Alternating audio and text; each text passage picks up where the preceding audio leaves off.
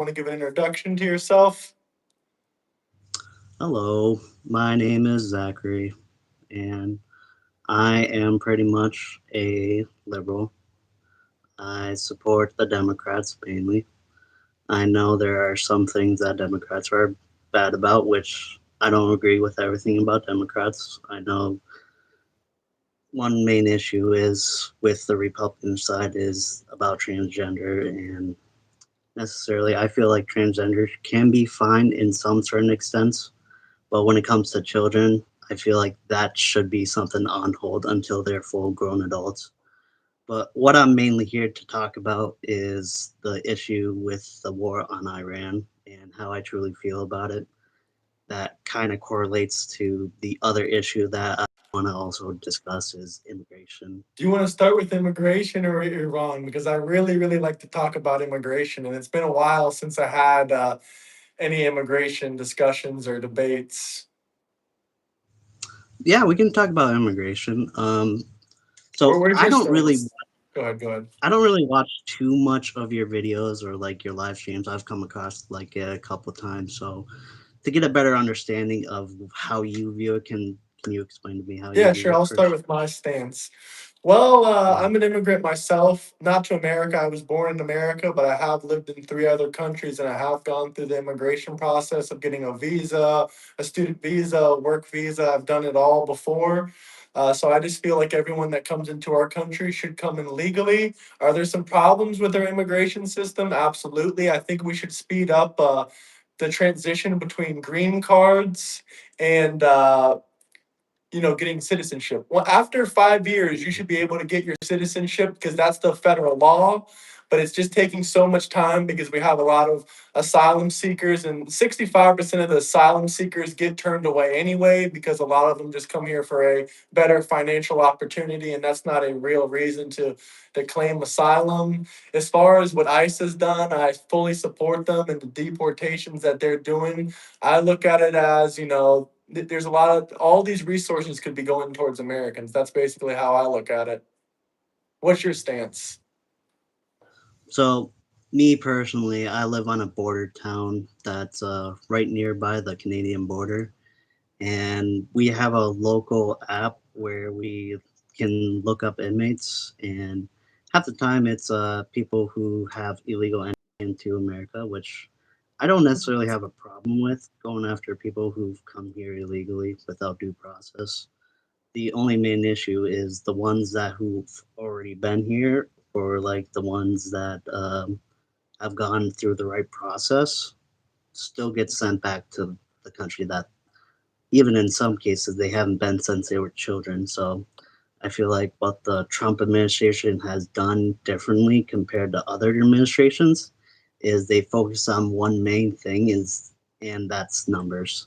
Basically, the higher amount of immigrants that we can get out of the country, the more we can say that we've taken away criminals and given jobs back to the American people, which I feel like immigrants helps us in some certain extents. One of it is mainly construction working. The main reason why us U.S. citizens mainly don't go for constructions all the time is back in the 1970s, I'm pretty sure, there was some law mandating that construction workers, or well, construction contractors, necessarily they didn't have to provide a union for their workers, so they didn't receive any much more benefits than what they were just getting paid for. And that's when kind of immigrants came in, step in, and was like, well, even though we're not getting any more additional benefits, I will still take the payment. And even though they weren't born here, they're still somewhat contributing to our taxes because it's not like they just come here, work a job, and then don't even get noticed by anybody, especially the IRS. The IRS will definitely know where you're at, where you're living at. I mean, as far as them paying taxes, that's kind of difficult to figure out, but some estimates do say they pay around $98 billion a year in taxes. As far as like people that have been here all their life, especially if they're from Mexico, Mexicans are not really the people I would, deport. Like, obviously, if they came here illegally, they got to get deported. But like, as far as being close with American identity and American culture, most of them are Catholic. Most of them are family oriented people. They are, a lot of them are good people. But the way I feel is we can't give special exceptions just because you're able to assimilate more to American culture. And as far as the numbers go, I get what you're saying. I understand your point of view, but then at the same time, I got to look at someone like Barack Obama, who really, really cared about his numbers. He counted turnaways, like turning people away at the border and his deportation numbers. The Trump administration does it a little bit differently. They count self deportations and they count people that are getting picked up by ICE and getting deported out of the country. And Barack Obama did have the 5 million deportations. That's another Hmm. thing. And as far as the construction thing, I do agree with you about the unions. I'm not really like a massive advocate for unions, but I do know some people that work in unions and they seem to like it. And these are even some conservative people I know or Republican people I know work in unions and they seem to like it. It has its place in this world. I would just keep everything as it is now, probably because some states in the South like Florida, Tennessee, they're not really like big pro union places, but at the same time, if you want to get a union job, you can go to more of a left leaning state and get some opportunities to go over there. At the same time, I do think we should crack down. I do think even if they have been here as children, the longer they've been here, in my opinion, the more I feel like they should have attempted to fix their immigration status. It's not that they can never come back. If you were here since you were 5 years old or 4 years old, and you're scared about getting deported, you can just take a trip to Mexico. Mexico isn't such a bad place. You can go down to Cancun. You can go to a resort. You can go wherever you want to go. You can file your paperwork and you can come back, especially if you apply for a work visa. If you're Mexican, it's or Hispanic or coming from down south, it's a lot easier than some other immigrants like people that come from Russia or Ukraine. It's a lot easier for with NAFTA. With NAFTA being so beneficial to people that are coming from Canada and Mexico to come work in America, it doesn't take years and years to get a visa. You can get a visa in a month or a couple months to come to work inside of America. So I just look at that like we got to deport all of them, every single one of them, even if they've never committed a crime, even if they're doing everything right. Other than their paperwork, they should self deport and come back. That way, they don't get a ban. I mean, other countries like out there, like India and Greece, I like their policies. They say either you're coming the right way. If you're coming on a boat, you have two options: either 5 years in prison or self deportation. And I think we should do something similar to that. I mean, that would help the economy. And I know a lot of people are saying Americans don't want to work construction. I'm just not seeing that personally, and I'm not seeing any data that really supports that. I know the younger generation, especially, rather do like this online thing and do that for work. But I'm not denying that. But there are plenty of people that would do construction, especially if the salaries doubled overnight and even if we say there's 10 million illegal alien immigrants or 20 million illegal alien immigrants, those are all like it fixes multiple problems. People are complaining about rent prices and house prices. Well, if you get rid of those illegal alien immigrants, there's going to be millions of new apartments open for you, and their prices are going to start to drop because they're going to desperately need people to move in. So that's going to be solving that problem. And as far as the wages, people complaining wages doesn't keep up with inflation, that's also going to solve that problem because then construction workers are going to be in high demand because construction workers are already in high demand, but salaries aren't going up that crazy. But if we got rid of 20 or 30% of the construction crews, then I think that's going to be a major beneficiary. Yeah, so coming back to like one of the things that you were talking about, housing.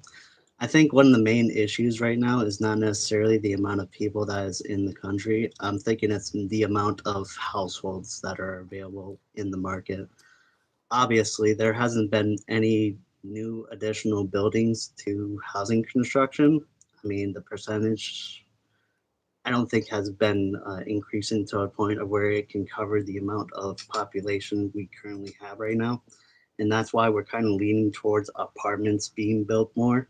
So that way people could somewhat afford to have a place. But I think the main issue is people don't want to basically pour all their money into something that they truly don't own.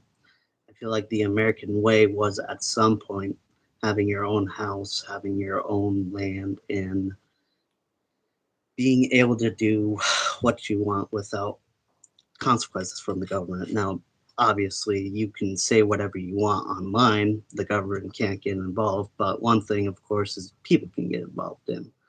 I feel like some people nowadays goes a little too far when it comes to disagreeing with people. Like I feel like we can disagree on certain topics, but I feel like there shouldn't be anything targeting towards like people's family members because I've noticed that even with somebody disagreeing with Trump or like agreeing with Trump, and it just reaches a certain point where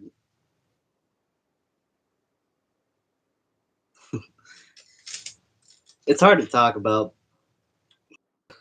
I'm pretty much in the brain fart right now. This is my Okay, first okay, time. you're good. But you don't think 20 million people coming into the country affects the housing shortage? It does affect it to a certain extent, but when we immediately deport all these people, it's going to be hard replacing those jobs to a certain extent. I agree. It And should be hard though. I mean, we should even make if it. we put Go ahead. even if we put like unions and like offered higher wages, it doesn't guarantee that people are going to go for that opportunity. There are some people who are just not comfortable with working outside. There are just some people who is not their biggest strength in career. And I feel like when it comes to immigration, I feel like those certain jobs where people aren't really comfortable with taking it, they can actually step in and help with our economy. Well, we have 7 million, no, we have 7.2 million people on unemployment and we have 7 million jobs. So there's more people taking unemployment money from the government than there is jobs. Maybe, some construction companies will suffer because they're not going to be able to compete with, more of livable wages. I mean, I think most construction jobs give good wages, but they could definitely go up, especially like in California and these different places. Um, but I forgot one thing you said that I wanted to touch on. Oh yeah, you said that you want people to own their properties. You want them to. People don't want to get houses because it's not really like they own them. Are you talking about property tax? Because I'm all for abolishing property tax. That way, people can have true ownership of their properties and what they own. And they already Right. started the process in Alabama, and they're trying to vote on it and get it passed in Florida as well. I feel like that's one of the things that is part of the problem with housing is there's too much regulation on what you can even do with a house because even with the smallest changes to like let's say you want to change your front of the your front to where you have a patio, well you need to get permits just to build a patio, then you need somebody to come in and approve that you did the right job, and all of this is necessarily just to cover um, the property the property tax.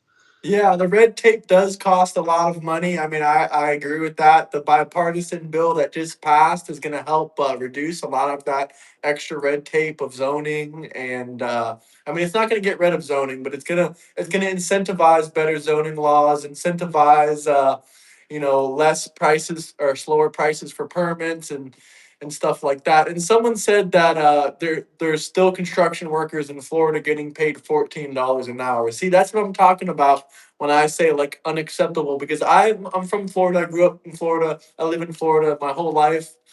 Other than when I lived out of the country, I've never lived in any other state than Florida, but I've lived in other countries. But as far as that, $14 an hour is crazy. And I know like every single construction crew I see has illegal alien immigrants. And illegal alien immigrants have to get paid under the counter most of the time because they can't be on paper. Otherwise, for obvious reasons, they're gonna come and get found and get deported.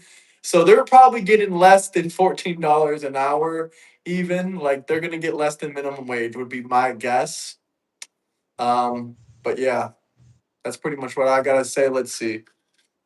Yeah, that's pretty much what I gotta say. I just think we gotta deport them. Like, I don't think there's any level that's too aggressive because if someone if someone does a crime, they're going to do the exact same thing. It doesn't matter if it's a petty crime or, a violent felony. They're going to kick in your door, they're going to drag you out of your home, and they're going to throw you in prison. And sometimes, mistakes can be made where people are wrongfully detained and then released. Everyone knows it happens. It's happened to me, it's happened to other people before. It's not a big deal. We can all get through it. And it's not even that common of a situation. So, yeah, I just think they all should be deported pretty much. And as far as like the thing you said about Iran, or the war in the Middle East, I think you're trying to tie that into saying that since we're at war with Iran, more immigrants from the Middle East are going to come. I do agree with what Donald Trump did, banning like 80 plus countries temporarily from immigrating into America. I would ban every single Muslim country from temporarily, probably, maybe forever, but definitely temporarily from entering the country because Islam just does not, I'm not saying Christianity or Judaism is, everyone in that religion is perfect, but I will say that Islam is something else a little bit special that, it's crazy. Hmm. One of the things that I do want to ask is, are you Christian? Yeah. So basically, one of the things I have an issue with Christianity is me personally. I'm a Native American, and the way that Christianity was pushed on Native American was it wasn't really gentle. And when we look back at the history of Christianity, the way it was pushed upon on different nations was obviously cruel. They were speaking through experiences through my grandparents. One of them was which put into these schools, forced to. Christians have done stuff. Every religion has done stuff. Christians are about evangelicalizing. Like that's part of their religion, is that they have to get other people to become Christians. Jews don't evangelicalize. They more keep to themselves, and whatnot. But there was the Crusades and there was Christian takeovers. I'm not going to deny that, but I look at the Crusades, even though you didn't bring that up. I look at the Crusades as the reason they happened was because of 500 years of Muslim persecution. And as far as that, you're Native American and whatnot, do you believe the whole bullshit about no one's illegal on stolen land? Because Native Americans didn't believe in property rights. They didn't have any concept of property rights. And yeah, I mean that's pretty much what I got to say. They didn't have a concept of stolen land or property rights because they were even conquering other tribes within each other. And the true history of the There Native was American war history, I'm not between trying to make you each look like a other like savage well or before. anything. Yeah, Go ahead. there was conflict well before even Europeans came in. So yeah, you definitely are right about that. Tribes were already fighting each other well before Europe came and pretty much said this is our land now. But one of the things I do want to say about stolen land is we did lose a war. That's just something that we have to do admit to. We didn't win. And the things that we got right now are nice and everything, but obviously one of the things that we want and probably will never have is our land back. And I'm pretty that's pretty much one of the things that's you can't say that you have this land when it's stolen land. I feel like that's kind of what's happening with Israel right now. It feels like with some of the lands that Hamas is being around, they're basically targeting these places like schools, hospitals, civilian buildings, aid, water, and even electrical panels that would basically screw over Iran, obviously. And it feels like this is all really for conquership. This ain't really for defense. This ain't really for nukes. Because, in all honesty, even if Iran had nukes, we're probably going to have the same reaction that we did with North Korea. And we did nothing when they had nukes. Well, North Korea, I mean, I don't really think they want to nuke anyone. That's an interesting point you bring up, but I don't really think that Kim Jong Un wants to stop living life. I mean, he has it pretty good in North Korea. Like, he has literally everything he wants. Why would he want to nuke anybody? And plus, he hasn't really showed any aggression or like too much aggression recently. In the past, yeah, he has his nuclear facilities, and that's kind of off topic a little bit. But even if Iran didn't have nuclear weapons or they weren't trying to build nuclear weapons, I can still think of plenty of reasons to go do what we want. But I'll just start off with my opinions about the Iran war. So obviously it goes back way, way back. We can talk about the American change of leadership, but we've already talked about that in the past. But as far as that goes, we can go back to 2003. They were trying to build nuclear weaponry. They even said it on TV. Well, this was before the JCPOA. And then in 2023, the supreme dictator said that he has the technology to build nuclear weapons. And we also had Operation Stealing the Reality in 2017, where Israel and Mossad went into Tehran, the capital of Iran, and they found over 100,000 documents of plans to build a nuclear weapon and attack America and to attack Israel. They've been chanting death to America for 47 years. They killed Right. 100,000 of their own people. Um, I mean, I can just keep going on and on and on and on and on. That's pretty much like my opinion on it. I mean, Yeah, obviously, Iran is not for America and hasn't been for America for a while. And I feel like it's stuff that we've done in the 1950s where we've tried pushing our own political agenda into their country, basically to get their oil reserves. I mean, it's clear and obvious that America doesn't want to go into our own oil reserves because necessarily we want to conserve our oil reserves for emergencies and necessarily try to go get we have the most oil in the in entire world. I mean, we went a from different country. I feel like one of the another greatest thing that examples benefited is us from the whole Venezuela situation and then moving into the Iran situation is we used to be like number 5 or number 6 or even number 7 in the most oil sales in the world, but we drill more barrels a day than any other country in the world. So I'm glad now with the whole Iran situation, we're energy dominant. We sell the most oil. We're the number 1 oil salesman in the world, and we're also producing the most oil.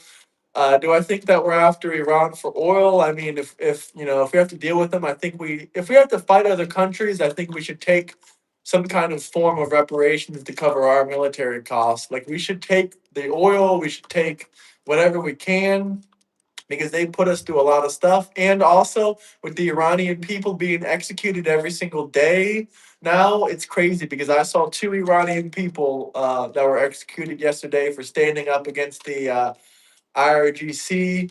Some of my friend's family, he has in Iran, were executed by the IRGC because they're standing against the government. So I know people that have family over there that have been executed just for speaking out against the evil of the IRGC. And I think it's really, really, really bad. Um, and I think they want freedom, and I think the time is coming. I see them trying to throw a fight against the government. It's not going too well, to be honest with you, but maybe something can see change. see I feel like the whole civil war with Iran, it's not going to go well. In my eyes, it looks about the same way as how North Korea would try doing their own civil war and basically fighting the dictatorship with People in North Korea a don't little even bit have more use of smartphones or computers, though. That's the main right, difference. right.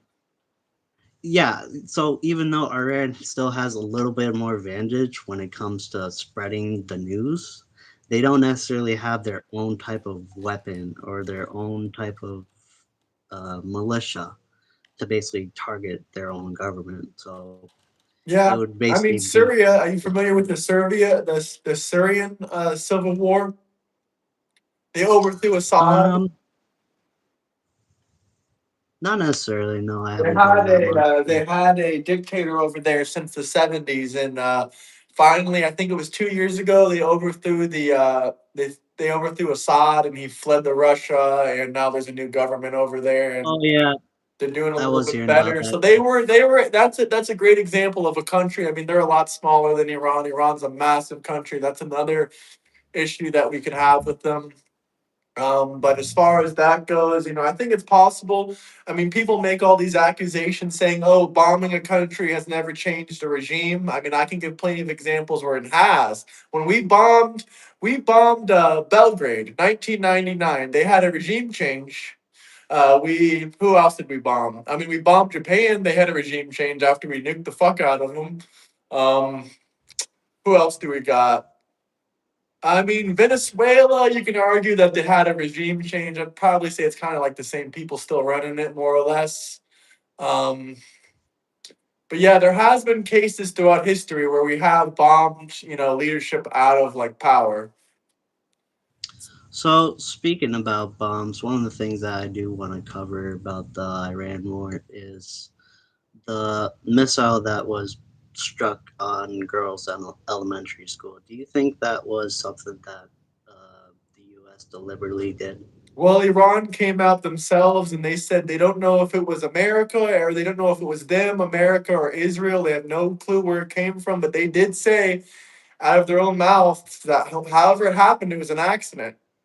And the fact that you would put a girls' school right next to, right outside, like the entrance of a military base, like right in front of where trucks and cars and invaders would go into, that's truly really disgusting. Our military bases either have the schools protected by the military inside, or we don't put schools near the outside of military bases. Like that's the only thing we do. So that's just a horrible thing. Obviously, they knew something in the future might happen, and they figured they would put the girls' school right in front of the military base. They literally connected too. That's another thing you got to think about. Why do these Muslims in this country where you can marry 9-year-olds, even young as 6, if you get a judge's approval? Why would a military base be connected to a school? Were these girls getting abused? What exactly was happening? Because we already know the legal age to marry in Iran is 9 years old. And that's another reason why I'm okay with bombing the crap out of them. These people are sick in the head. Islam in general is sick in the head. I mean, I do know some good Muslims out there that were born into Islam and born into being Muslims, but at the end of the day, I just have a hard time, especially when I read the Quran and I read the Hadiths and I read about Aisha being 6. I mean, it's just really, really, disgusting in general to me. Well, the thing about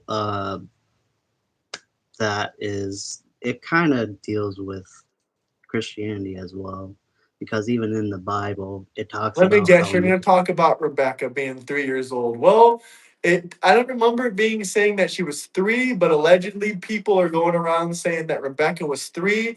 The only thing I have a question of is if Rebecca was 3, then how was she able to lift up all this heavy material? How was she able to have these in depth conversations? Because in the Bible, she was having these very adult conversations, and also she was doing a lot of adult work. uh, Like she was in wells lifting up barrels and gallons and barrels of water, like a lot of physical labor that a child would not be able to do. So, and not to mention Judaism about 800 years ago, uh, it was the first religion to ever make the law to marriage 18. So that kind of ties into Christianity as well. I mean, a little bit not, but they were the first ones to make the law throughout history. These are the very first people to ever make marriage, the legal age of marriage, 18. mhm. Well, And not to mention, one you can even if you make the argument that Rebecca was 3, Christians don't marry children today. And even if you make the no, no, argument, no, oh, not that. In America we don't have a law, a federal law saying that you can't marry children. That's true, but you Right. never seen there's state laws on it, and you never see anyone marrying children. When was the last time you seen a 55-year-old with a 3-year-old wife walking down the street? I've never seen that, but you can see that in Iran. It's a pretty common occurrence.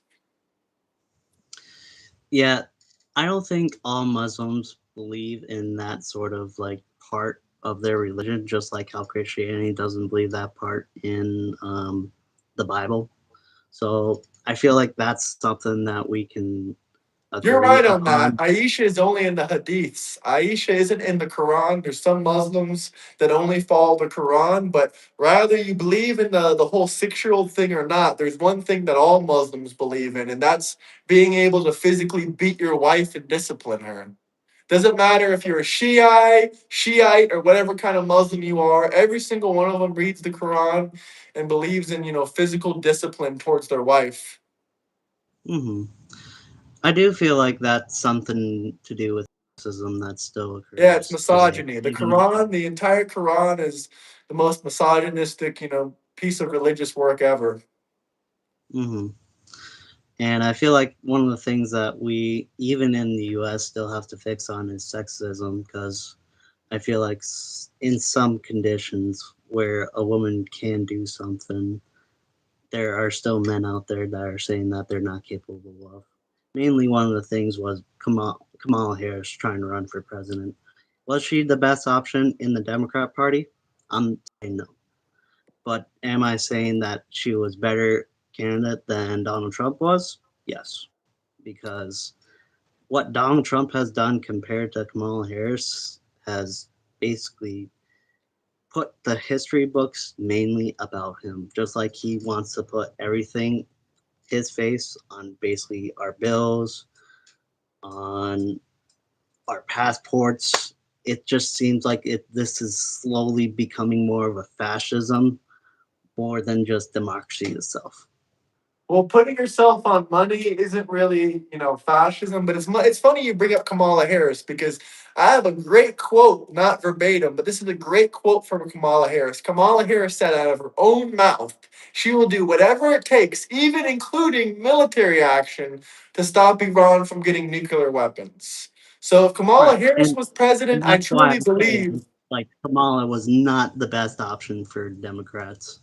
Like obviously. Well, It Joe feels like Biden wasn't it either. was Do you think pretty much Biden would have been any better than Kamala? no. I feel like they did a great option of taking Joe Biden out of the race because obviously at the end of his term he was showing some the dementia issues that you could kind of argue with Trump having the same issues, but with different type of dementia issues, not the same ones that Joe Biden had. Obviously, he obviously comparing from Joe Biden to Trump, Trump can form coherent sentences, but the thing is about Trump is a lot of his stuff that he talks about is really misleading. One of the main things that I was looking at the other day was him talking to the press and on how if God wants us to fight Iran. In his own words, he basically said God wants us to fight Iran, even though in the Bible it talks about how bloodshed is basically wrong. Yeah, but it never says anything. It never says anything bad about war. I mean, there's plenty of stories of war in the Bible, and war is something unavoidable. I mean, if I don't really have any verses off the top of my head regarding war or anything like that, so I don't really have much more to add to that conversation. But as far as going to war with Iran, I mean, it was pretty much now or never because with the whole situation of the government fighting against their own people, literally the people of Iran were begging Trump to come, and they were all screaming, "Please, Donald Trump, please!" They were even leaving messages. Trump save us. I remember this in mid-February. They were getting massacred by their own leader, and they were begging for America to step in. They were just begging, absolutely begging. And when we have the power and we have the will and we have, the need to do so, I think it was just the perfect time to do so. Trump probably saw those Iranians and probably looked at them trying to get a nuclear weapon and said, you know what? They're trying to get a nuclear weapon. Their people are begging 100,000 people dead, probably even more than that, because this is the numbers from the terrorist regime. How are we going to believe their numbers? We don't know if that's true or not. But we know more people are being executed every single day. We know at least 2 people got executed yesterday in Iran. So that means they're Mhm. they're still massacring their own people.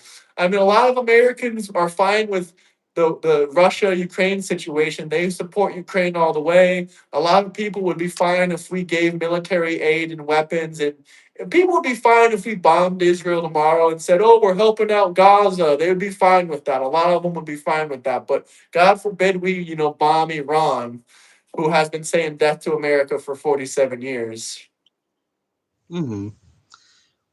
So, with the diplomacy that Obama had with Iran and basically having agreements to where they would look at their missile capabilities, they would look at their nuclear capabilities. When Trump basically got rid of that, do you think that was a good option? Yes, because the JCPOA also allowed them to build a giant. They used They used American dollars to buy all those rockets that they're shooting at us now. That was given to them by Obama, and not to mention the JCPOA did not really give us good nuclear protection because just a request to look into a nuclear facility would take up to 30 days. Because first we'd have to wait 1 week to request them to see if they would let us into their facility, and then there was another week for another process, and then there was other processes they had to go through to view the site. And when they finally got to view the nuclear facility, there were still some areas of the nuclear facility that Iran did not allow us to inspect. So we weren't even allowed to inspect the full nuclear facility. And that's just, there's a bunch of different things about it. And also, the JCPOA was set to expire as far as the nuclear stuff was set to expire in 2023. So, if Joe Biden was president, he wouldn't be able to get us back into the JCPOA because he already tried to do that. He gave a couple of $1 billion to Iran. They weren't willing to negotiate to get us back into the JCPOA. They weren't interested, and he still gave them money. Joe Biden also put 6,000 Marines and Navies into the Strait of Hormuz. People can say one of the reasons is because of the Houthis, but another one of the reason is because they were scared of Iran closing down the Strait of Hormuz and being unprotected with military power. So there was definitely tensions in the Strait of Hormuz already, with the Houthis blasting us and also with the Iranians making constant threats of possibly shutting down the strait. So that was already kind of looming in the mist a little bit there. But yeah, there's not, the JCPOA wasn't great. If it gave us unlimited power, like if we could just snap our fingers and say, well, we need to go in today to look at the nuclear site, there's nothing that you can stop us from looking at. Uh, that would be great. But, it didn't really play out like that at all. So, should we hold that? So, like, just saying out of, like, in theory, if Iran did agree to all those terms, do you think Israel should agree to those terms as well, since they have their own nuclear capabilities and they don't even get any sort of inspection from any form of country? Well, Israel isn't an enemy. There's no proof of them having nuclear weapons. It's speculation. I probably will agree that they most likely have nuclear weapons, but we're not 100% sure about that. And should they get inspections? If they got inspections, then the rest of the world would try to take their nuclear weapons away. And, if you know the history of Israel in 1948, 10 Arab armies tried to invade the country. So Muslims have a long history of hating on Israel, trying to, you know, unalive them and take down the people. But we got a super chat here. This guy says, Hormuz? What does that mean? What does Hormuz mean? Oh, Hormuz. Okay, you're saying like the Strait of Hormuz. Hormuz, whatever. What's up, Chris? Well, go ahead. You can respond to that now. So, the only thing that I have with Iran itself is obviously they don't like their own people.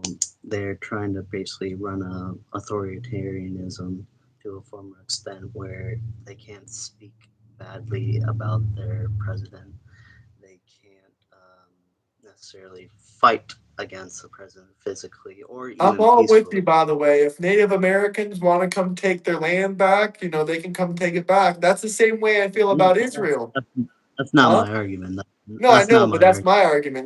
That's the same way I feel about Israel. They were there way before the Arabs were ever there. So if they want to take their land back and they can take it back, good for them. If the Native Americans can come take their land back from the U.S. government, good for them. But unfortunately, fortunately and unfortunately, the Native Americans can't take their land back. But I'm all for that. The indigenous people, in my opinion, have full authority to do whatever military actions they should. And That's just how I feel. I'm not even going to say might makes right. I'm just saying the people that were there for the longest and the people that have been like you guys, it was one and done. But with Israel, they have been constantly invaded by other countries like multiple times. Like over 20 times they've been invaded by Muslim countries and they've won every single war. Well, that's basically because we've offered aid to them since Well, they won their 1940. first war from Slovakia giving them aid. It wasn't America that won their 1948 war. It was it was yeah, it was Slovakia or was it Czech Republic or something? Chechnya, I think. I don't remember. It's one of those We're countries that gave Israel weapons.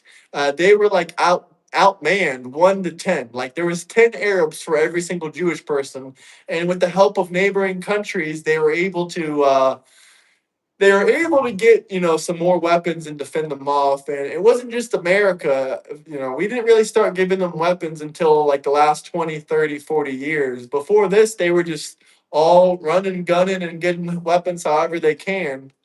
But rather, it's because of America or another country. It really doesn't change the fact that 1948 they got invaded by 10 other countries, and those people yeah, lost yeah, the war. yeah, but mainly they were able to defend it off because not only of other nations that were around them, but the other thing was that U.S. did send money to Israel ever since a year after they became Israel. And I feel like that's one of the things that nowadays we need to start regulating on how much we give to Israel, because how much have they given to back to us?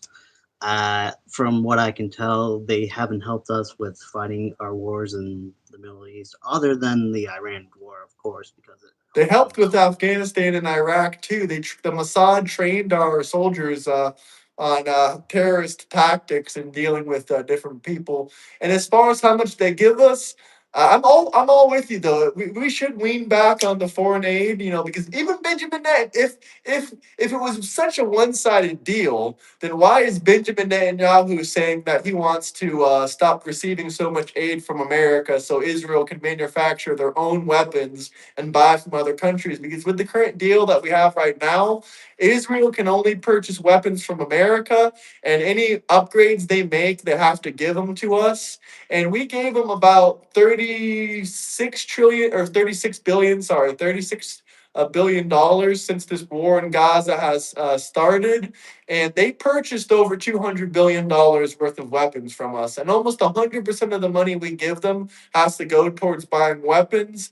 And they also buy a lot from American companies. They purchased over $55 billion worth of technology and other stuff from America last year and every year pretty much. So they are stimulating our economy, not to mention their direct foreign investment funds 255,000 American jobs in multiple sectors like technology and multiple other different sectors like that. So they do stimulate our economy. They have given a lot back to us. We've given them about $300 billion in 75 years. And I think they've spent more than $300 billion in the last 3 years with America. So we are getting a lot of benefits, but as far as weaning back on the billions that we give them, I'm all with that as well. I'm all for that. I'm not gonna, argue with you there. I think we agree on that. I think eventually, I think in the next before, I think either in 20, I think before 2029, we're gonna wean back a little bit on foreign aid to Israel. That's my prediction in the next 4 or so years. We're gonna cut a little bit down on or maybe completely with the foreign aid to Israel. But as far as foreign aid goes, that's still a really, really small part of our budget. The total amount of our national budget that goes to foreign aid is 0.8%. 0.8%. Not even a full 1% of our national budget goes to foreign aid. And out of that 0.8%, 35% of it goes to Israel.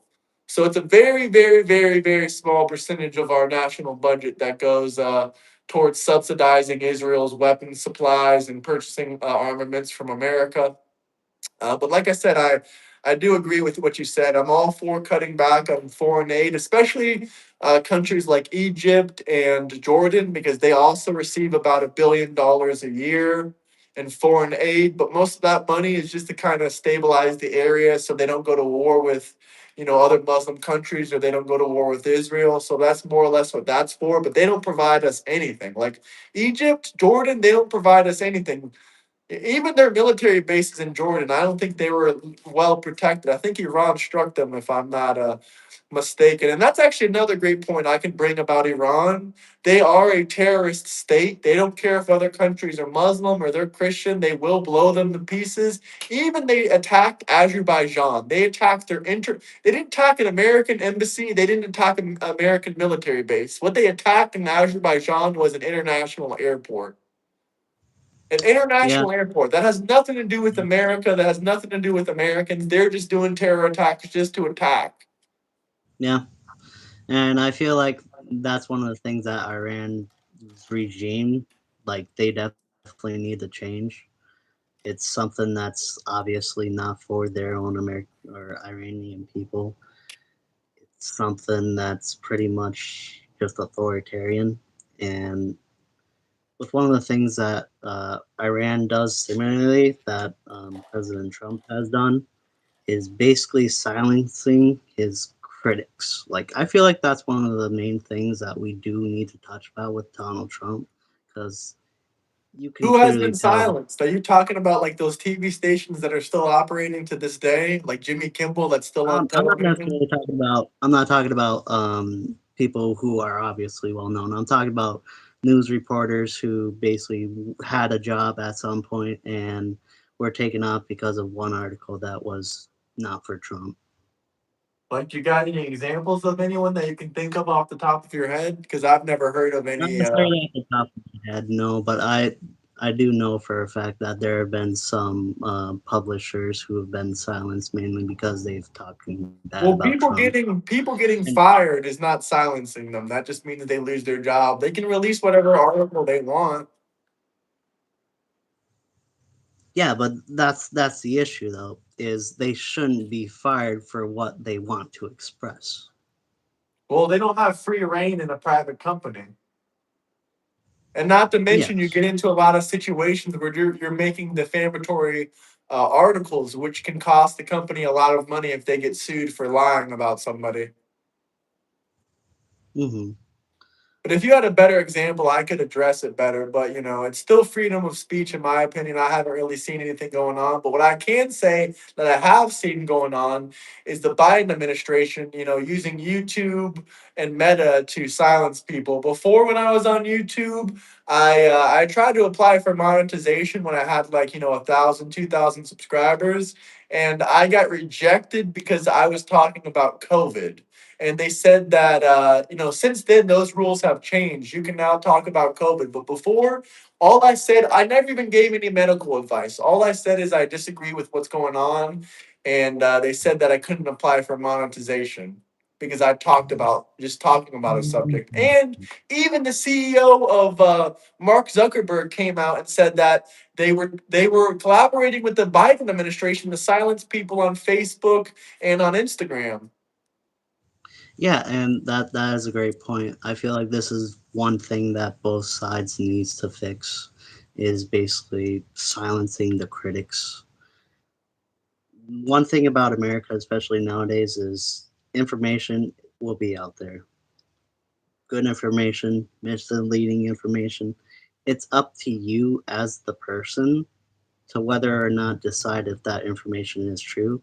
And I feel like one of the things that America doesn't really do that much anymore is look it up themselves to see if the information is I true. agree. I agree. And Especially with the situation, what's going on right now. You got people like Tucker Carlson, Alex Jones, and you got multiple other influencers that I was liking some of the stuff they had to say in the past, but nowadays they are just spreading a lot of propaganda as far as like America and Israel merging militaries. That's not happening. If you actually read what the bill is saying and you take time to look over it, it's talking about how we're going to do more intelligence sharing, and we're going to do more special missions with like the Mossad and other people to collect intel in the Middle East, and we're going to collaborate with Israel. But it's not the U.S. Army and the IDF mixing into one military. That's not going to happen. It's more of a collaboratory efforts with Israel and America rather than it is IDF and the American military mixing and the American Air Force and the Israeli Air Force mixing together. It's more of a collaboration effort rather it is than the merging of the militaries. Sure, we're going to merge a lot of our intelligence information about what's going on in the Middle East just so we can get better data together and understand what's going on. But that doesn't mean that we are, full merging with our militaries. We're still going to have sensitive data. We're still going to have special data. But if you guys are in the live stream, make sure you double tap, leave us a like. If you have any questions for us, drop some comments or super chats. We're all here for it. But yeah, I think that's pretty much what I got to say as far as misleading information that's going on. One thing I do want to cover about misleading information is that Trump necessarily saying that Iran was the one that struck that But we elementary still don't school. have any evidence of it, so I Well, don't really know what to say I there. actually on March 11th, 2026, the Pentagon preliminary inquiry actually confirmed U.S. being responsible for the missile strike. Well, people make mistakes all the time. Everyone either slips up and says something they don't know or they lie. Every single president has done it. And I would like to see that Pentagon article because I still have a hard time believing it. And if America did it, like I said before, why did they put a girls' school right in front of a military base? And See, and then not to mention, I love how all these lefties and these softies nowadays are talking about. I mean, I'm not talking about you in particular, but all these people hmm, nowadays are saying, "This children died in war. This children died in war." Like all of a sudden now, all we have is a bunch of bleeding hearts, and no one cares about actually dealing with situations. They just say, "Look, civilians die." I mean, this happened in every single war. There's not a single country on earth that hasn't killed women and children. right. And you can even talk about how Obama in his administration, when he was targeting places in the Middle East, He he killed a didn't necessarily, 16-year-old American citizen yeah, he with a wasn't drone necessarily attack. as well. But the necessary thing is nowadays is we have better technology. We even have a Tomahawk missile, which what was used to target that building to be precise. So necessarily we can't say it's a mistake because that missile costs about $3 million to make, and it's so precise that any building that it targets, it's going to be a guaranteed hit. So it's not like necessarily we weren't trying to target anything else. That building was the target, So and I you're feel thinking like, America targets schools? If America targets schools, why didn't we just target every school in Iran then and blow them all up? I mean, to be fair, Israel is already doing that themselves. I haven't seen any evidence of Israel blowing up any schools. You're gonna have to show me some kind of sources and evidence. And as far as what you said about Israel stealing resources of food, I mean, like 98% of all the food that's brought into Gaza for aid is from Israel. And literally, Hamas themselves, the POL, literally came out yesterday and admitted the stealing supplies that Israel has been sending into Gaza. They came out, literally, everyone's been speculating about this. I've been saying that the Palestinians, the Hamas, have been stealing food from the kids and starving them. And they literally admitted that yesterday and came out and said, yes, we are stealing food from the Palestinians. We are starving them, and we don't give a fuck what you guys think or what you guys say.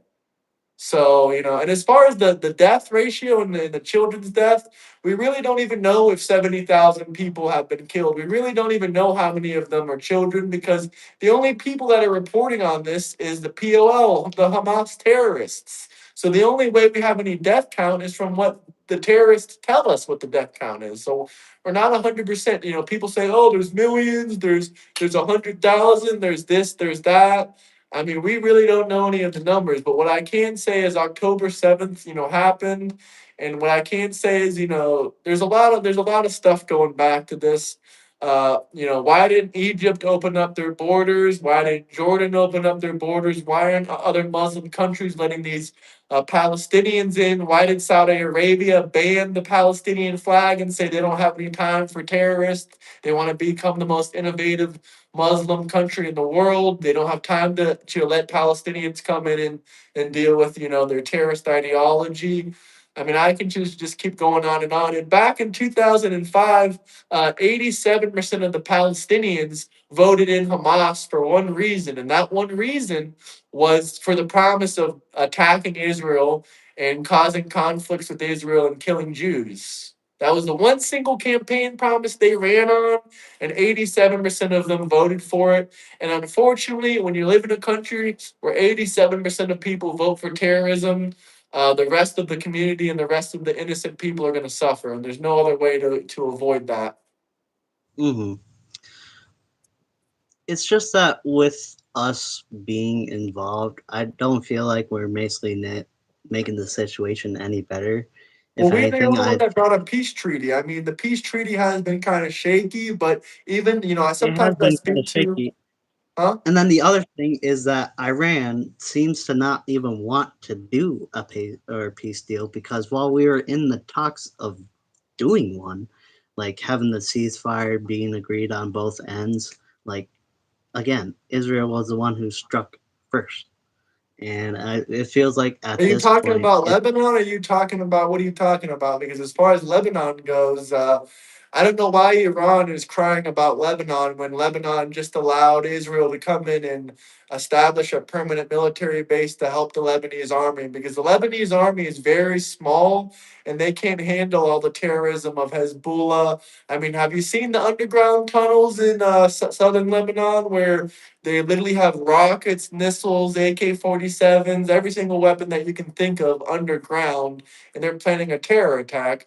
I mean, Lebanon literally said with open arms, come in, Israel. At first, they were already going in and fighting back and forth, but Lebanon finally allowed them to come in and establish a military base there to keep the Lebanese people safe. I mean, Lebanon used to be a Christian country, and there's a reason now why it's majority Muslim because Islam is like a cancer. It slowly takes over and then it eventually kills you. And it does that everywhere around the world. The only reason that there's 55 Muslim countries today is because of the cancer of Islam spreading through violence and massacre. you could say the same thing about Christianity, though. But like I told you before, Christianity is about evangelicalism. We don't unalive non-believers. And the whole reason that the Crusades happened was because of 500 years of Muslim persecution. That's not necessarily true either because some Native Americans actually got killed because they didn't want to convert. Well, that's because of evangelicalism. Yeah. That's because we were taking over a land and we were taking over a nation. I don't know what specific stories you're talking about, but I'm not going to deny that there has been violence before, from basically all religions and all beliefs. So But so you can you you can can say say the same thing about Karl Marx. Karl Marx was an atheist. His whole ideology killed over 100 million people. So you can say the same thing about any belief. Some people don't believe in anything at all. Like Karl Marx, he was an atheist and he unalived over 100 million people. hmm I don't necessarily feel like it's anything wrong to not believe in anything because nowadays it's kind of hard what to believe in, even in some forms of religion, to where it can be, even to this very day, still manipulated to the point of where it's pointing a direction. Like, for example, abortion. I feel like abortion is one of the main issues with America of how we are trying to grow our population in the right direction. Forcing people to go through pregnancy, I feel like is going to be hurtful to Americans more than actually benefiting because it's going to pretty much put people at risk of not or neglecting their child basically because they didn't want a child in the first place. Well, So then what why are they happens? having unprotected sex? See, that's the other issue though. Even when people are covering, like using condoms or using Plan B, there is actually a statistic where 50% of the time, even when they use like those things to prevent a pregnancy, it still can happen. Well, condoms are like 95% effective, and Plan B is like 87% effective, and birth control is like 90% effective. So if you're using multiple methods of contraception prevention, then you're pretty, you're pretty well off safe. I mean, I've never heard of a single person that used all three of them having a baby. I mean, sure, I've heard of people saying the condom broke, but what about the other preventions? And also, Right. that goes back to, Christianity, that goes back to, even if you're not Christian, that goes back to good moral beliefs. That's why, people say don't have sex unless you're ready for a kid or you're married. See, that's the thing though. Necessarily, people don't want to wait until they get married. Yeah, I'm It's not not going to say that. Just don't have sex if you're not willing to have a kid with the person. yeah, people want to And have not to sex. mention, there's also pullout. Yeah, which it goes to kind of And my by the way, point. these It people have doesn't no always idea if work. I have children. If I had 10 children, I definitely wouldn't be talking about it on YouTube. So to make assumptions is crazy. Why would I go around and say, yeah, this is my kid when I get death threats and harassment and all this stuff from all these demon people, all these demonic Mhm. people? Why? Why would I go around saying that? So these are more assumptions from the chats. I'm not going to comment on that for obvious reasons, as I just said. But go ahead, go ahead. I didn't mean to interrupt you. Right. But pretty much, I feel like abortion is like one of the things that necessarily is the issue in America for trying to regrow the population. When we try to regulate on what people can do with abortion, one of the things obviously is when somebody gets raped, they obviously should have the right to abortion. When somebody is too young at a certain point, where they're like 13 or like less, I feel like at that point they shouldn't even go through pregnancy. The only time I'm okay with abortion is if it's going to kill the woman, and that's less than 20 women per year that are going to die from a pregnancy. And the only reason I'm okay with it is because in most cases where the woman is going to die from the pregnancy, the baby would also die.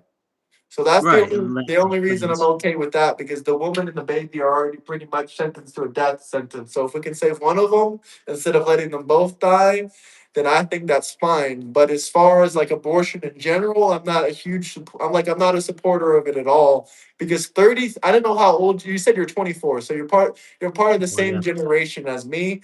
33 million people in our generation died because of abortion. That's 33% of our generation died because of abortion. 33%. That's almost half of us. If that doesn't tell you that something's wrong in this system, and most abortions aren't even because of rape, like 88% of them are just for because you as a form of contraception. Most abortions are just a form of contraception, and I don't know what to say. See, that's the thing And though. also, wait, You, one more point I wanted to touch on, because I just yeah, go ahead. remembered. Go ahead. Go ahead. You also talked about how their school children died, and you said that was an atrocity. You also talked about the children in Gaza dying, and you said that's an atrocity. It's an atrocity when a child dies at war, but it's not an atrocity when you kill a baby in the womb. I mean, to me, I don't see any difference. Like I would say both things are war crimes, not technically speaking, but you get what I See, mean. see, yeah, I can get that because even though a fetus is not a human yet, it can be a human in the future when we just give it time and the mother pretty much goes through the process of labor. I do understand that point. It's the only issue where people did try protecting themselves, and there have been cases where a woman has taken birth control and the guy had used a condom, but it just necessarily doesn't always work the way you expect. And do you believe that in that scenario, the person still should go through with the pregnancy, even though they took the steps to prevent it? I mean, yeah, I do. I mean, if you're gonna have a kid, kids are not that crazy expensive as a lot of people think. I mean, especially a toddler, they get a little bit more expensive when they're in their teenage years or they're like above the age of 5. But I think they should just roll with the bullets. I mean, I think they should See, have the baby. and that's part of my problem though, is because some people are just not meant to be parents. Like there are some bad people out there who get other people pregnant, And when you push this agenda where, oh, since you got pregnant, now you have to be a family, well, necessarily you're not always going to have a good relationship with the parents and the child because in some cases, quite a few cases, they'll neglect the child to the point of where they basically will beat them because they And those ruined their people life. should be put in jail. If first off, bad people shouldn't be having sex, but there's no way really to stop that. All we can say is we should crack down on people abusing their kids. But as far as kids getting disciplined, I mean, I'm all and adoption's always an option too. I'm all for disciplining your kids as long as you don't like And break their nose and bloody them. I mean, and then according that to John Hopkins University, life starts at conception. So it's not really a scientific argument when we literally have multiple, like I'm just talking to the chat, when we have right. multiple hospitals and universities that literally say that's where life starts at, and that is a life. So, do you believe that when people who get raped, do you think those people should go through the pregnancy even though they did not consent to it? I mean, what's the difference between a rape baby and a regular baby?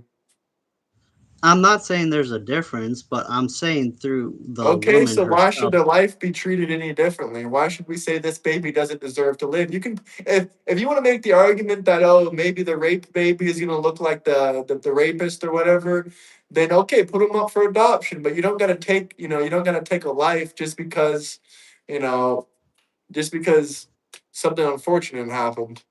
But that the thing is, it alters the woman's life by Yeah, but going so through the does pregnancy. abortion. Abortion causes a lot of trauma for women as well. That's only because it's pushed on an agenda where people tell them they did the wrong thing. No, That's it's not because have you necessarily ever seen an abortion? Because if you've ever watched a video I've on an seen abortion. abortion, they suck the baby out of there. It crushes its bones. It crushes its organs. It's a really disgusting, bloody process. It's not because of perception of morality. It's because of the gruesome, disgusting details of what pertains to an abortion. I mean, you can argue that it has a negative social aspect to it, but when you're actually looking at what occurs during an abortion, if you've ever seen a video on YouTube of what occurs during abortion, it's absolutely disgusting. Like it's not even a question if it's immoral. Like you're crushing and destroying a life.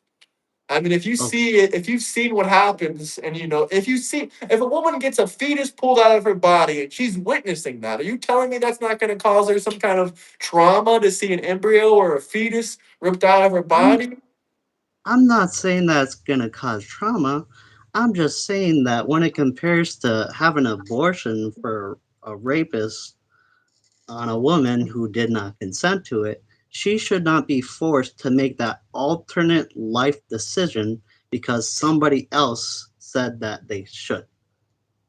No, It's I her own their own it's decision. her You can own make your choice. decisions It based on. shouldn't be something where that it's the law to where we can say, oh, well, even though that you got raped, you still have to go through the pregnancy because we care about life. Like that alternates her body to the point of where it's not going to be her normal self anymore.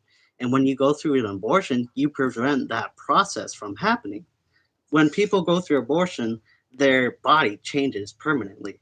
They have stretch marks that they need to get surgically removed. And some women don't want to go through that process, especially when it's a child that they never asked for. Yeah, abortion causes a lot of issues on your body as well. I mean, I'm not 100% familiar with them, but it can cause a lot of issues to a woman's body. I mean, the way I'm looking at it is if both scenarios cause damage to the woman's body, if both scenarios leave women with trauma and depression and all this other negative stuff, then why not just have the baby and put it up for adoption? I mean, I get the whole stretch marks thing, but depending on how many months pregnant you are when you have the abortion, you could still have Well, stretch marks. there's also more than that. Like their hip density also decreases as well because that actually stretches out their hips when going through that surgery. So they actually can develop hip issues after surgery. So there's more than just stretch marks. I mean, depending when you have the abortion, I'm sure you can get all the same side effects, especially if you're doing like a 4 or 5 or 6 month abortion. You're probably going to have all the same side effects plus you're killing a baby. I mean, what do you think Yeah, about late term abortion? When do you think abortion should be stopped? I mean, how many weeks do you think? obviously, when the baby is developed to the point of where I'd say between 17 26 weeks, I feel like in the early stages, it's not to the point of where we can clarify it's a human because it's just cells trying to form a human. So at that process, especially with abortion pills, well, no, I forget what they're called, but pretty much that prevents those bad with freaking signs. Oh, you're good. You're good. You're good. But it pretty much prevents the male semen getting into the woman's fetus, and that itself is pretty much killing a baby. Would you not? Would you agree to that? Oh, yeah, I mean, obviously, some people even argue from even a stupider point. They say, well, what about people that jack their wiener and it doesn't go into an embryo? Is that a form of abortion because the sperm never the sperm died or whatever? Like they'll even argue about that. But the thing is, it doesn't become a life until the embryo and the sperm, combine, and that's where life is created, that contraception. But what was your point? Sorry, I didn't mean to go off track a little bit. Necessarily that life doesn't start until you're actually brought out into it. Like necessarily, I feel But like what is women life should to you? Is that consciousness or what is that for you? consciousness at first. Yes. Well, Well, not consciousness starts in necessarily the conscious. womb. I gotta Consciousness starts reword. in the womb. So No, conscious actually starts at 3 years of age is when you actually can form your own thoughts and minds. that's a At that's self awareness. I'm talking about consciousness, like real, being alive. You can look it up yourself if you don't believe me. You don't have to take my word for it. But consciousness, I think it starts at like I don't know, maybe 14 weeks or 16 weeks or something like that. hmm, I'm not sure about that either. I gotta look into it more. Let's see, what are But people saying? a lot of weird stuff. Make sure you guys like and subscribe if you haven't already. Let's see. Let's see. Nothing too good really to read in chats. No. But The way I look I at will. it is if you're okay with abortion, then you should also be okay with casualties of women and children dying. Eh, it forms after they are put out into the world, so they actually are experiencing life. So I feel like it's a lot more different than pulling What life. about a 3 year old? A Yeah. 2 or 3 year old, like you said, in your opinion, consciousness doesn't start until you're three. So what about a 2 year old? Is it okay if they lose their life just like an abortion? No, I'm not saying with consciousness to the extent of where they can think for themselves. I'm saying like to the point of where they're actually brought into the world, like from birth. Like once they're actually born into this world, then that's when they're clarified So as a before then, human. their life doesn't matter, not even at 9 months. Like you said, you're not for abortions after 20 months or 17 months or whatever. What if it's like 9 months and 17, they die? 17 it's 17 weeks. But I Okay. feel like Yeah. before it reaches that certain point, it's still just a clump of cells. So Okay, so then necessarily, we why is an can't put abortion okay at 8 or 9 months? If it's just a eight clump or of cells, then why isn't it okay at 8 or 9 months? I wouldn't say abortions is okay at 8 or 9 months. But you I said would say it's clump of okay cells. You said it only matters when the baby's out of the body of the it's, woman. if it's before 17 weeks. I'm not talking about 8 or 9 months. Okay, well, what about 18 weeks? It's a different story because it's not fully developed to the point of where it's already out into the world. It's still being developed. There still can be a process where that form of laborness can be prevented, and it should be up to the woman's choice because it's life alternating for her. Even if, like, for your theory, like if she doesn't want it and she could just put it up for adoption, well, necessarily, that kid may not experience a good life with a different family. They may not even experience a life in general because they just are sitting through abortion until they are put at 18, so then they get brought into the world without even being raised. Well, stuff happens, that happens to kids that aren't that that happens to everyone. Like that doesn't just happen to people that think about abortion or whatnot. Right. What I'm saying though is this would be an issue that would happen in America from not allowing abortion. It would just pretty much have these childs that are neglected, not in just only physical ways, but in mentality ways to where their own parents didn't want them. And that truly affects them even from start till even their adulthood. Can you not agree on that? I mean, I know plenty of people that are adopted and they don't feel like their parents didn't want them. I mean, they don't have low self esteem. They don't have self esteem options. They just realize, the reality of the world is, like you said before, not everyone is capable of taking care of children. Yeah, and I feel like that's one of the things that why abortion needs to happen is because there's some people who are really irresponsible in America that shouldn't really have children and unfortunately has the capabilities like you and I to make a baby. So these Well, people so these people who have the capability of making a baby necessarily they should have the right to prevent that from happening because obviously they don't want it, and if they don't want it, then they're gonna bring it up to somebody else, Well, what and if they're I just make the next. argument that those schoolgirls that were blown up were eventually going to become terrorists because they live in a terrorist country? I mean, that's pretty much what it's pretty similar to the argument that you're making. I just don't understand if schoolgirls' lives matter so much and we shouldn't be making any mistakes, then why is abortion okay?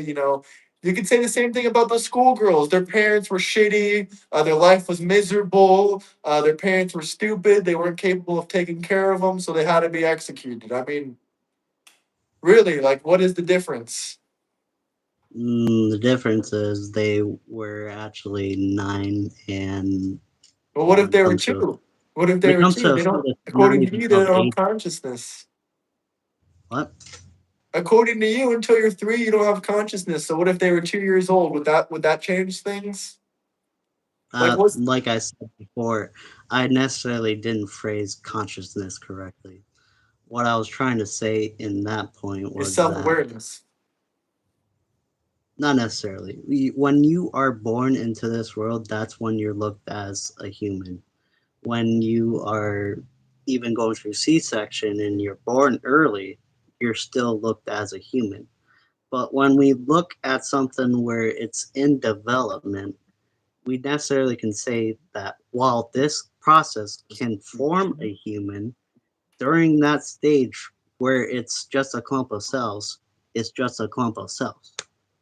So you're not a human until the baby leaves the body. You're not basically a human until you form your yourself to a certain extent.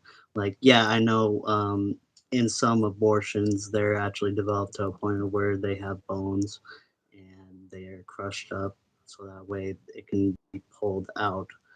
But necessarily, I believe that abortion in some extent should be allowed because it would just make America into a place where.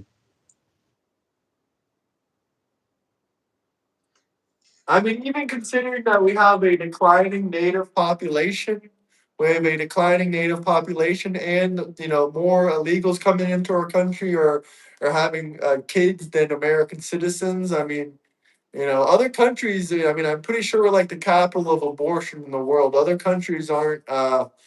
Doing 33 million abortions for an entire generation. I mean, and other countries seem to have better birth rates, and you could even argue some of the countries are have like a happier family life.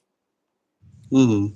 You are. I would like to address this comment. This is actually a perfect. This is exactly what I've been waiting for. This guy says, "You are not human until you are able to survive outside of the womb." I mean, a baby can like.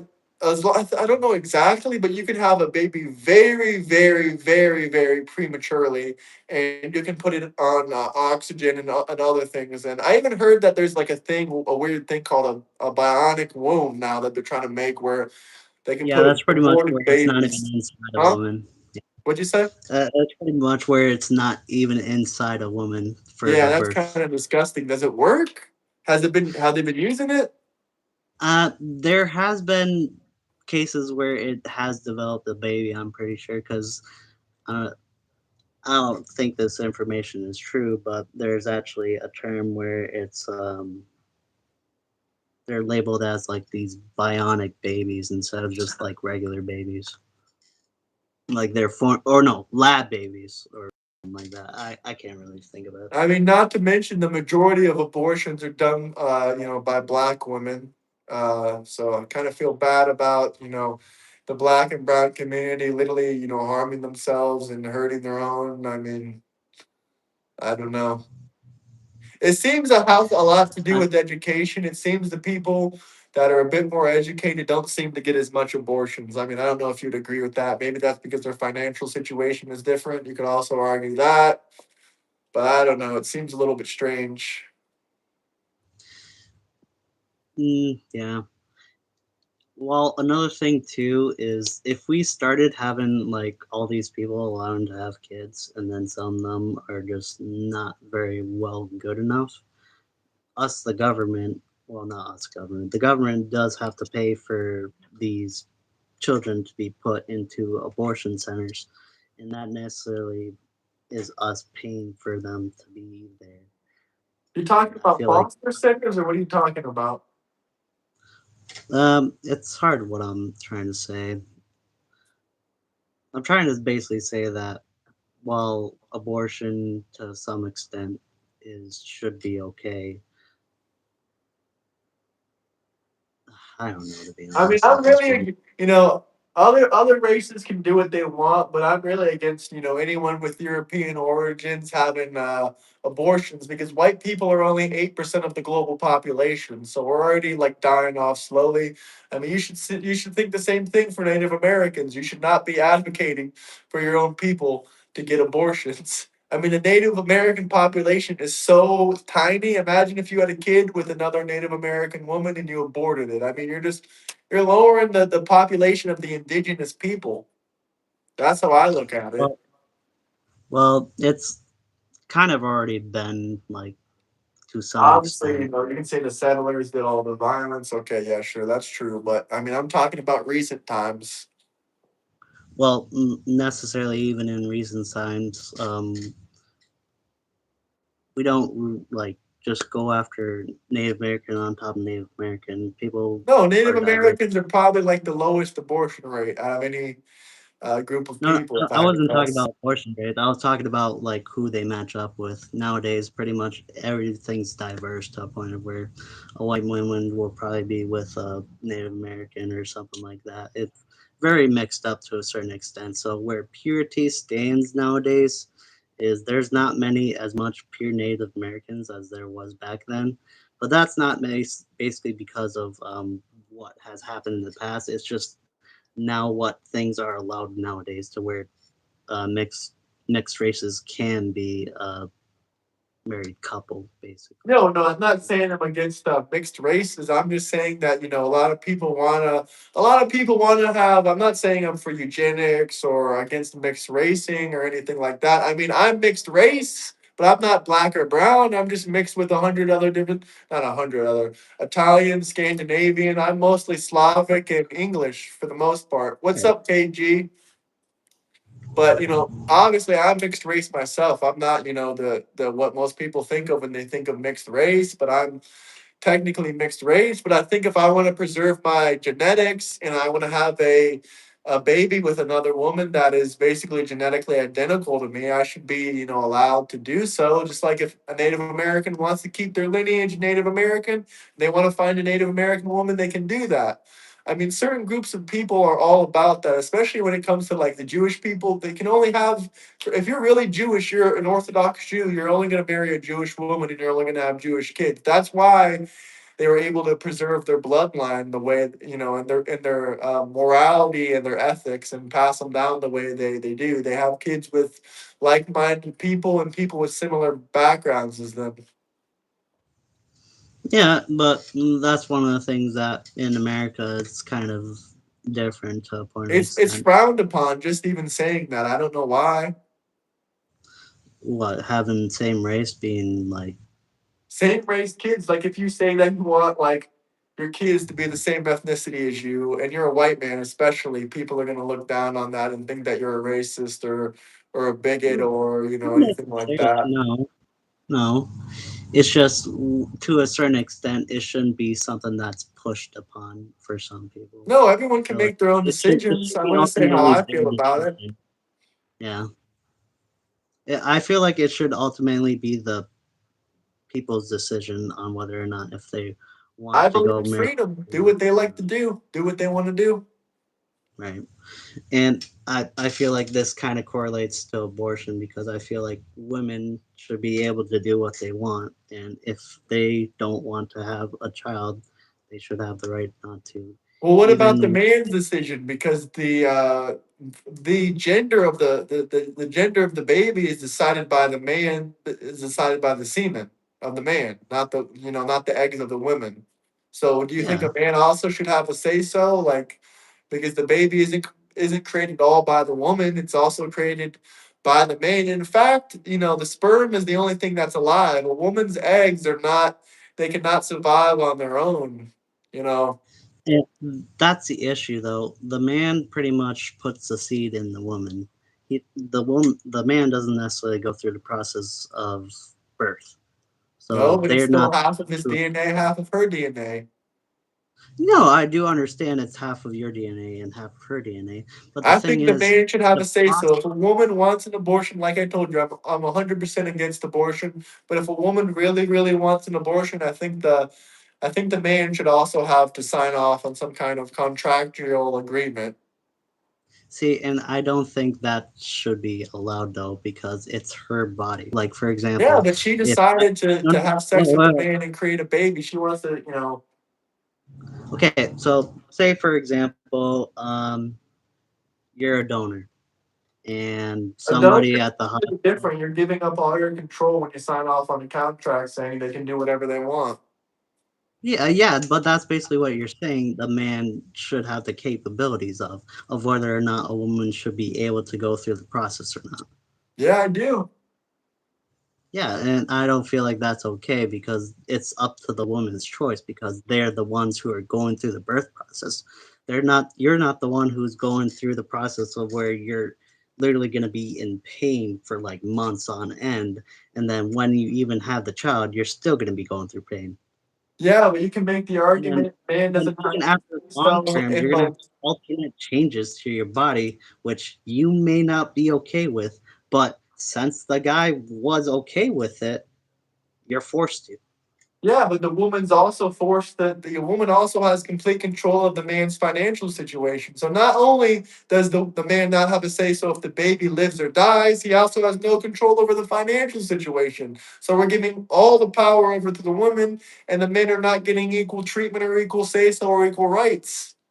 If a woman wants to say she can have an abortion if she wants to, then a man should be able to say, I can give you money or not if I want to. Especially if they've been married, the man should have more say so in that kind of relationship. But I'm not even going to get Are you into that. talking about when people have to pay for child support? Yeah, alimony, child support, whatever you want to call it.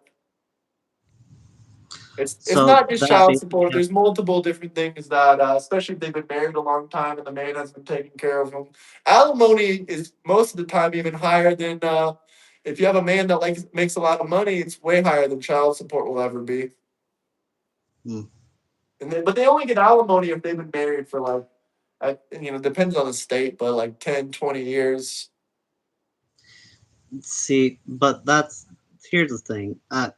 It's ultimately should be the woman's choice.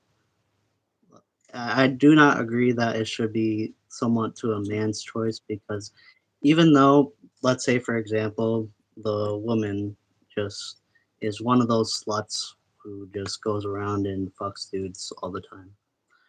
and they come across this one guy who is basically one of those who actually wants to have a child, but when they go and confront this woman, actually do the process, and then she just goes, "Hey, I don't want this child because, I just want to have live this sex life." Even though he put his seed into her, it's still not his choice on whether or not the process should happen. I know it's not his choice. I mean, that's legally how it is now. But what do you think about like, what if like it's a situation where I'm not even gonna bring this up because it's gonna be crazy, but I already know how it is now. I guess I was trying to think of some way to turn this into a trans topic because I did notice you brought that was like the first thing that you brought up, and I think Yeah, we're already gonna so have we, to. we can talk about trans now if you really want to. Go As ahead. far as what you initially said, I 100% agree with you as far as children should not be going through any kind of puberty blockers, hormones, or any kind of trans care until they're of Right, age of 18. right. But I don't really care if Because you're that's where the trans and you're over children 18, children that's don't make fine. their mind up. Yeah, That's children fine if you're trans necessarily. and you're over 18. I have plenty of people that frequently come on the show that are transgender, at least two or three of them. And I think that's all fine. They can do whatever they want to do. They can have their freedoms. They can do whatever they want. I'm not going to bother them. I'm not encouraging anyone to bother them. But what I can say is that I don't think that trans women should be going into real women's bathrooms. Because even if there's one woman that feels uncomfortable, even a single woman that feels uncomfortable, we shouldn't put them through that. Mhm. See, so what necessarily are you worried about for women Well, I or have trans? seen over 55 cases of men dressed in dresses either raping or sexually assaulting women. And statistics have shown that trans women have the same prevalency to violence as regular men do. I think we both agree that men are more violent than women, and trans women have the same rates of battery, homicide, and violence as natural born men because at the end of the day, they are still born as a man. They might wear a dress now, they might have cut off their wiener, they might be taking hormones, but that doesn't change the fact that they still have the same level of violence as regular, straight men do. And I'm worried about that. And as far as them feeling comfortable in the bathroom, there's if that's something you're really worried about, there's plenty of options, especially in public spaces. There's normally family bathrooms. There's normally different things like that. But we don't need to make women feel any more uncomfortable than they already are. And there's just a lot of cases in general of either cross dressers or full blown trans, going into the women's bathrooms and starting a problem. I'm not going to say it's the majority of them because I don't believe it is. It's probably a small Mhm. minority of them. But if we start saying that anyone that dresses up in a dress or anyone that identifies as a trans, then a lot of perverts are also going to go into the women's bathrooms. I mean, bathrooms were based on sex originally. Bathrooms were never based on gender. If you want to make the argument that you can change your gender and not your sex, then you should be also, agreeing to the fact that bathrooms are based on sex, not gender. Yeah, and I do feel like that does correlate to some certain things too. Like, for example, sports events. I feel like when you're biologically a man and you're trying to be a woman, you still should be required to go into men's sports since your genetics itself is more. Um, You have the same bone density, you have the same pelvis as a man, you have the same physical strength as a man, even though that, initially estrogen will make you a bit weaker, but it still doesn't change the fact that you've built up muscle mass and bone density from years and years and years of being a man. And it's right. completely unfair to put trans women in real women's sports. And hell, if they made a special Olympics called the Trans Olympics, I think that would be pretty funny. I would watch that just for like comedic purposes. Yeah, but Like I I, f- think that I would, guess I honestly think if there was a trans sports team, it would probably get more views than the women's sports team. Because let's be honest, we all want to see what the hell is going on over there as far as that sports team being. Yeah, and there are some teams, like especially for the WNBA, where it's just not that very much entertaining. Let's be I mean, have honest. you seen the MMA fighters that are trans? I mean, you can look. I mean, they got kicked out obviously because the federal laws changed. But there used to be Yeah. a couple MMA fighters that were trans, and man, woof, man, yeah, no kidding. But no, they were very big. They were very, like MMA, like MMA, where you can box people, you can do wrestling, you Oh can yeah, do do all sorts grappling. of Like stuff. that Basically, is yeah. just mind-boggling. hmm And Even even that's one sports of the things I or can't the agree with. basketball is a bit different, but combat sports is crazy. That's one thing I can agree with Trump on. One of his policies was changing it to where trans women have to be required to go into their own sex types of. How do you feel about oh shit, I forgot what I was gonna say. I just lost my topic. How do you feel about yeah, oh yeah, I remember now. How do you feel about the military? Like how do you feel about trans people going into the military? Because the way I look at it is if you're shooting up estrogen into your body, especially if you're just now transitioning and you join the military, any trans person will tell you if you start taking estrogen and you're a man, you start putting estrogen into your body, it's going to make you physically weak and physically sick, and that's going to cause another issue if you're in combat. Yeah, and I feel like that's one of the things that, like, if anything, should be one of the things that we have to regulate, obviously. Because, for example, me myself, I have a disability to where I have Brittle Wellness disease. So necessarily, I can't, even if I wanted to, I can't serve.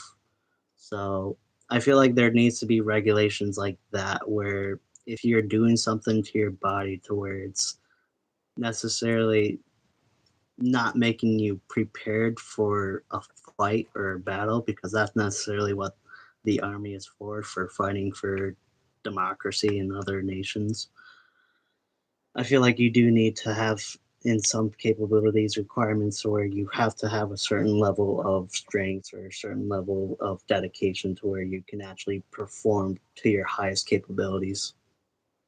I agree with you 100% on that. I mean, people, if I'll say this stuff and they'll say you're transphobe, I'm not afraid of trans people at all. Like I said before, if you're over 18, do whatever you want. I mean, if it was completely up to me, I might want to let them wait until they're 25, maybe 19 for women, because that's when women's brains stop developing at 19. A man's brain stops developing at 25.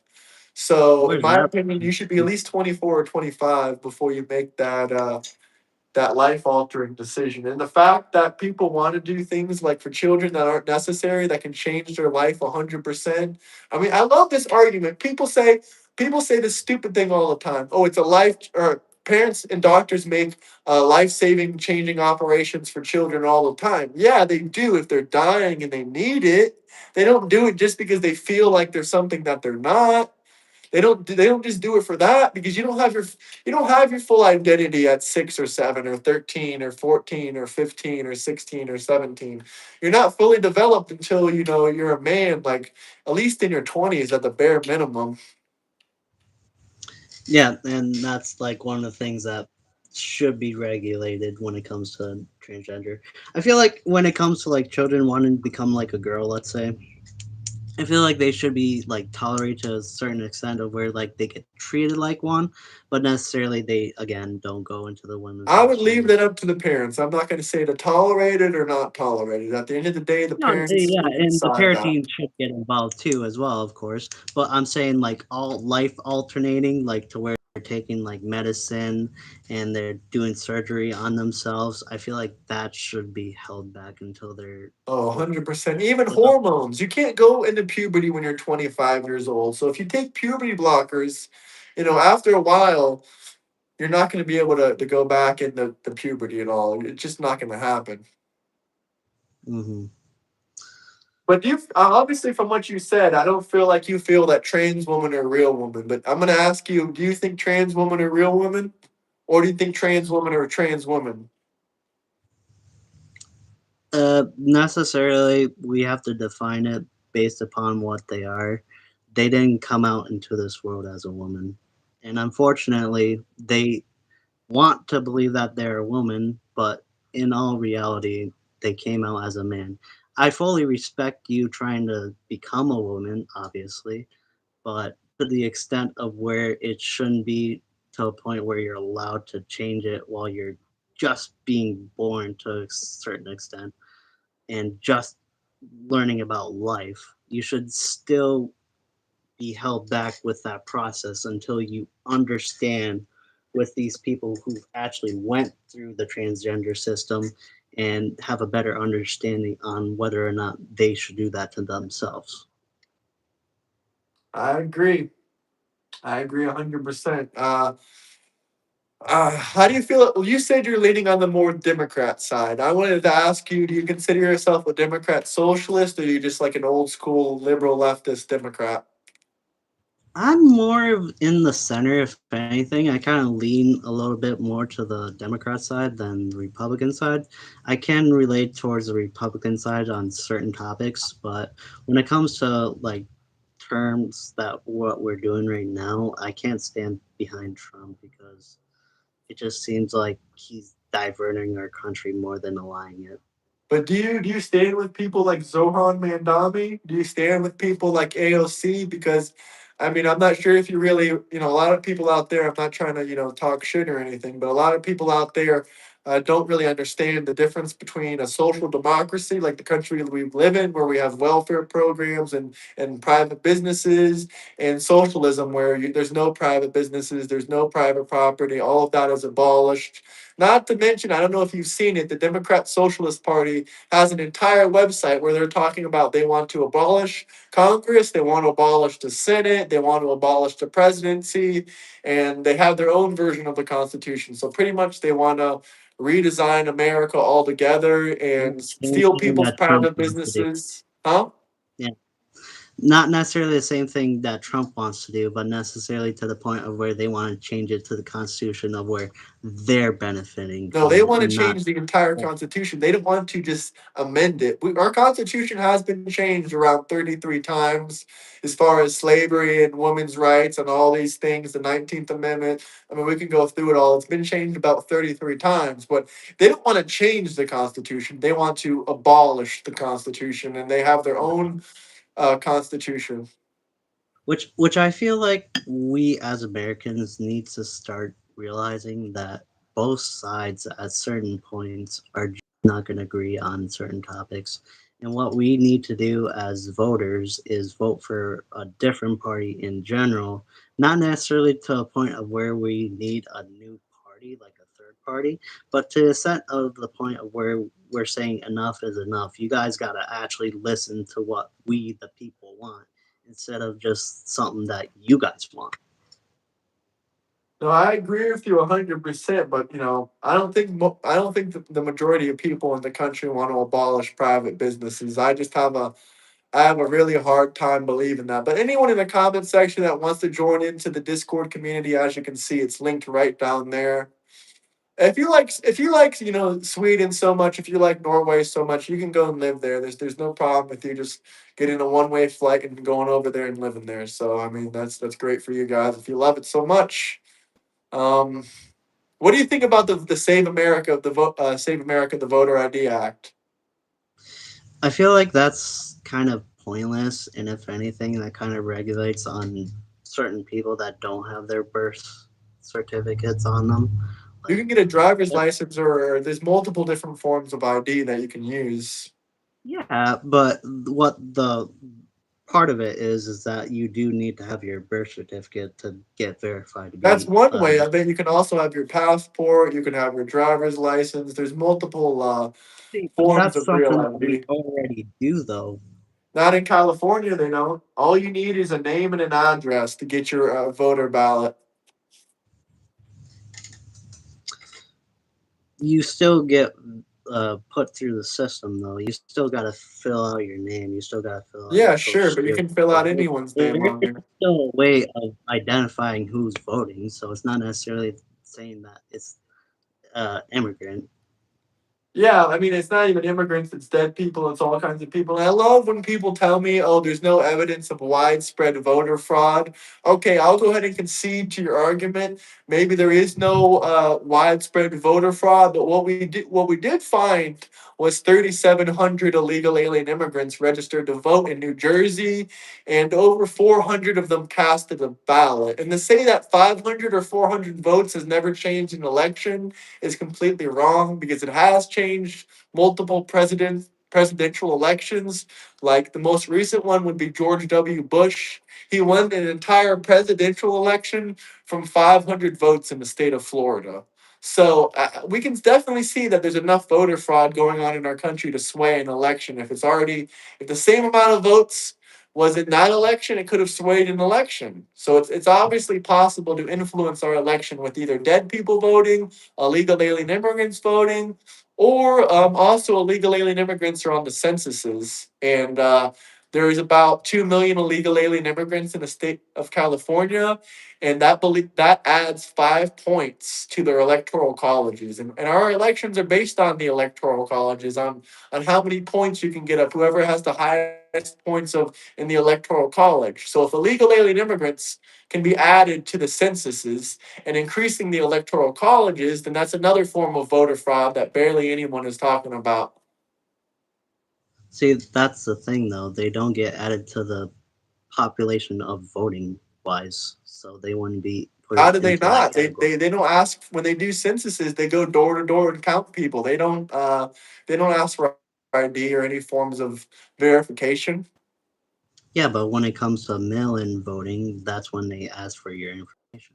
Yeah, but the So that's electoral college is it's based on the electoral college, right? It's not based on popular vote. It's not based on what candidate has the most votes. It's based on which states voted for who and how many electoral colleges does each state have? yeah, I understand the electoral college part and where population matters, but the thing is you can say that there's 2 million immigrants in California. That doesn't necessarily say that's going towards the electoral ballots because But it they is. They're don't. getting counted in the census, are they not? They aren't part. They aren't part of the voting process, though. They're not voting. You don't have to be part of the voting process to be counted in the census. So people that are on visas that are here would be counted towards the electoral progress, is what you're saying? Well, I mean, they should be telling them that there are visa holders and that they don't qualify to be on the census. Well, necessarily they do that when they go through the process And of visa mailing. holders are already marked down in the book, so they don't go to people's houses that are visa holders. And if they do, then hopefully the people that are here are doing the right thing if they're asked, any questions or they're trying to count towards the censuses. Yeah, but I feel like we already, as a society, is already going through the right process of having free election, free voting, and the ability of, to a certain extent, be able to choose whoever you want to choose. And I agree with you on that, but you don't think that there's a voter. You don't think there's a I lot of don't think fraud there's enough to any. change an election? Because I gave you an example of how I believe there is. There's well, I don't know much about that topic of where 500 were supposedly in which state did you say? It was the 2000 and I think the 2000 election with George W. Bush versus Jeb. Or no, it wasn't Jeb. It was what was his name?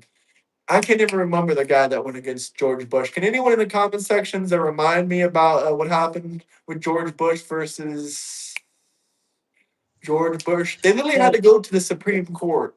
They had a fight over this in the Supreme Court, and they found that George Bush had 500 more votes than the other guy in Florida. He won the state. He won the election. okay. So you're talking about something that happened like 20 years ago. Yeah, it can still Do you happen have to this any? day.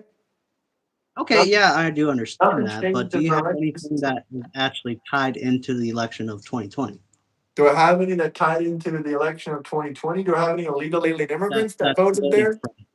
Huh?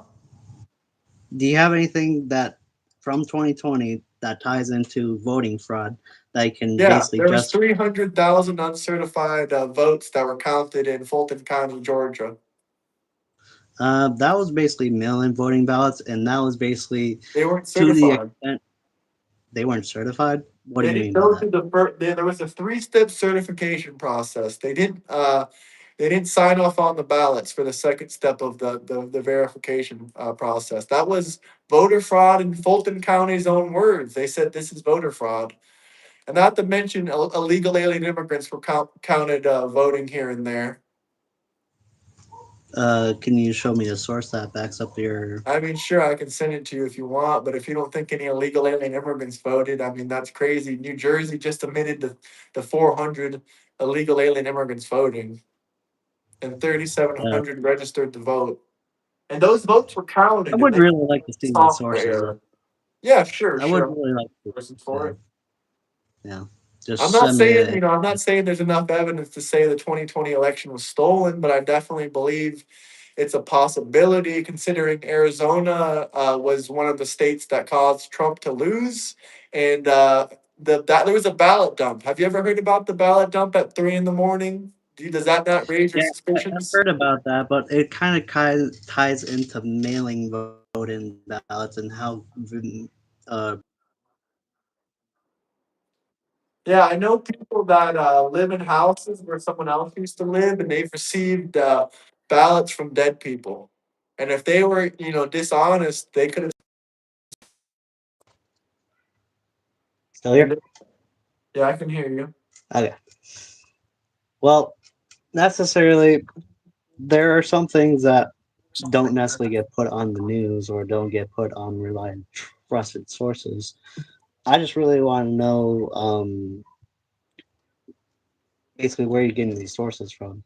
I I can send over. If you want me to pull up my computer, I can here. myself, Ugh. Do you want me to start with the New yeah, Jersey thing, or do you want me to start with the Fulton County?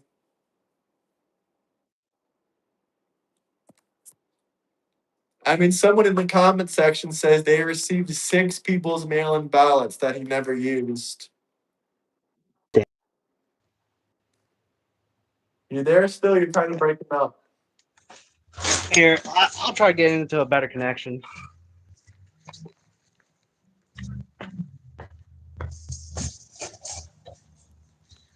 Someone in the chat said that they received 6 dead people's ballots to their house. Yeah, and that's the other thing too. Hold on, I gotta get off. I gotta get out. I'm sorry. No, you're good, man. Have a good one. Peace out, brother. Have a good one.